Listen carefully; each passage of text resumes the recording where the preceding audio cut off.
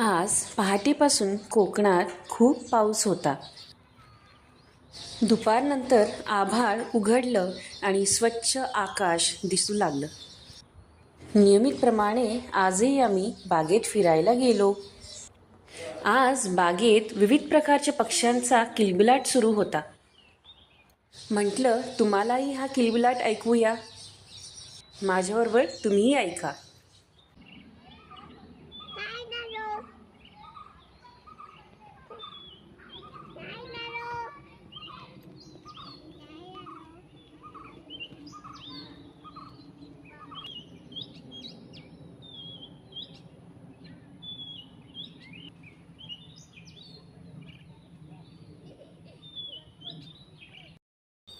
ह्या पक्ष्यांचे किलबिलाट ऐकून मनाला एक प्रकारची वेगळीच शांती मिळते, होय ना?